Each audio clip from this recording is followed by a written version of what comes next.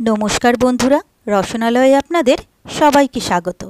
আমার আজকের রেসিপি হলো healthy and tasty instant rava appam সঙ্গে কোকোনাট চাটনি। এই রেসিপিটা কিন্তু তৈরি করতে 10 থেকে 15 মিনিট সময় লাগবে, আর ব্রেকফাস্টের জন্য কিন্তু এটা আইডিয়াল রেসিপি। খুব তাড়াতাড়ি আর খুব চটপটে হয়ে যায়। তো এই রাবা আপ্পাম আর কোকোনাট চাটনির জন্য প্রথমেই আমি বানিয়ে নিচ্ছি কোকোনাট চাটনি।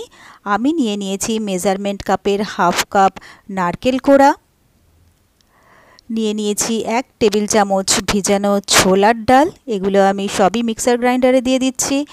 নিয়ে নিচ্ছি অল্প একটু তেঁতুল, দিয়ে দিচ্ছি 2টো কাঁচা লঙ্কা, আর দিয়ে দিচ্ছি হাফ চা চামচ নুন, আর দিয়ে দিচ্ছি মেজারমেন্ট কাপের হাফ কাপ জল, অর্থাৎ যে কাপের মাপে আমি নারকেল নিয়েছিলাম সেই কাপের মাপেরই 1 কাপ জল আমি নিয়ে নিলাম। এবারে এটাকে আমি সুন্দর একটা স্মুথ পেস্ট তৈরি করে নিলাম।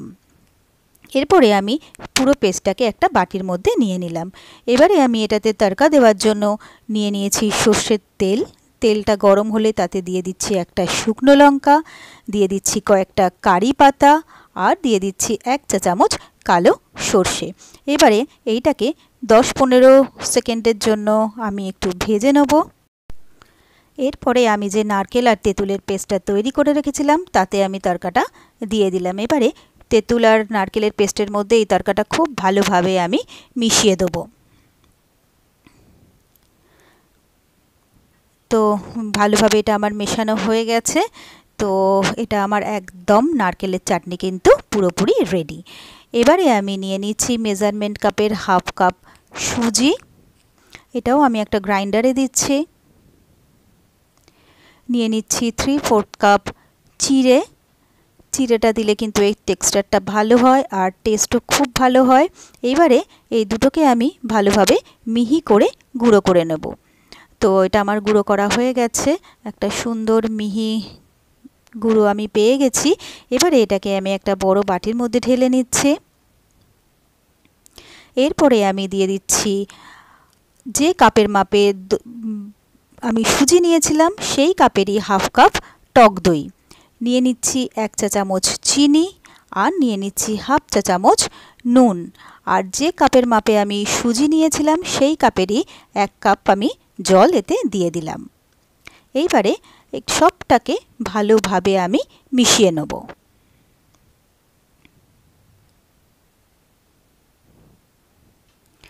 এটা কিন্তু খুব কম সময়ে খুব চটপট একটা সুন্দর টেস্টি ব্রেকফাস্ট কিন্তু রেডি হয়ে যায়, বা যে কোনো টিফিনেও খাওয়া যেতে পারে।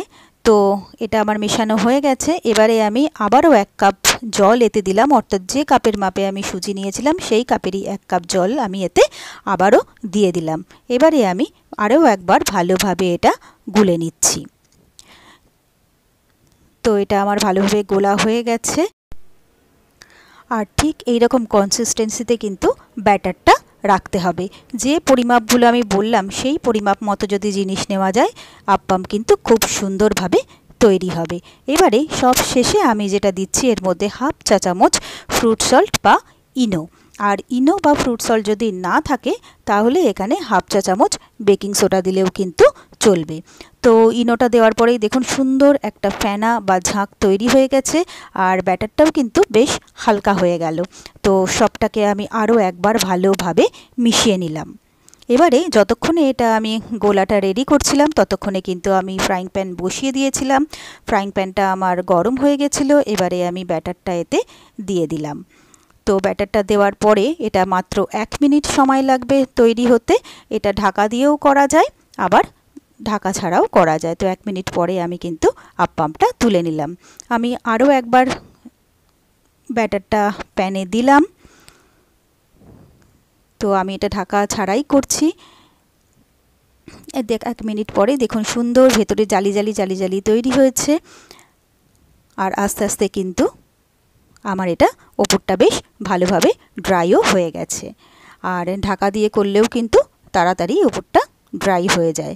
তো আমি আপ্পামটা তুলে নিলাম।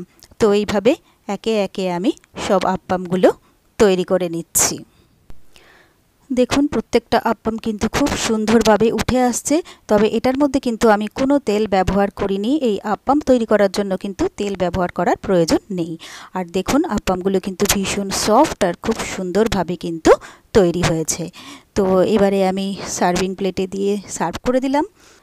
তো ব্যাস তৈরি হয়ে গেল আমার খুব সহজে খুব চটপট healthy and tasty instant Rabha appam সঙ্গে কোকোনাট চাটনি। আর এই রেসিপিটা যদি আপনাদের ভালো লেগে থাকে তাহলে আপনারাও বাড়িতে ট্রাই করবেন বন্ধুরা। আশা করি আপনাদেরও ভীষণ ভালো লাগবে।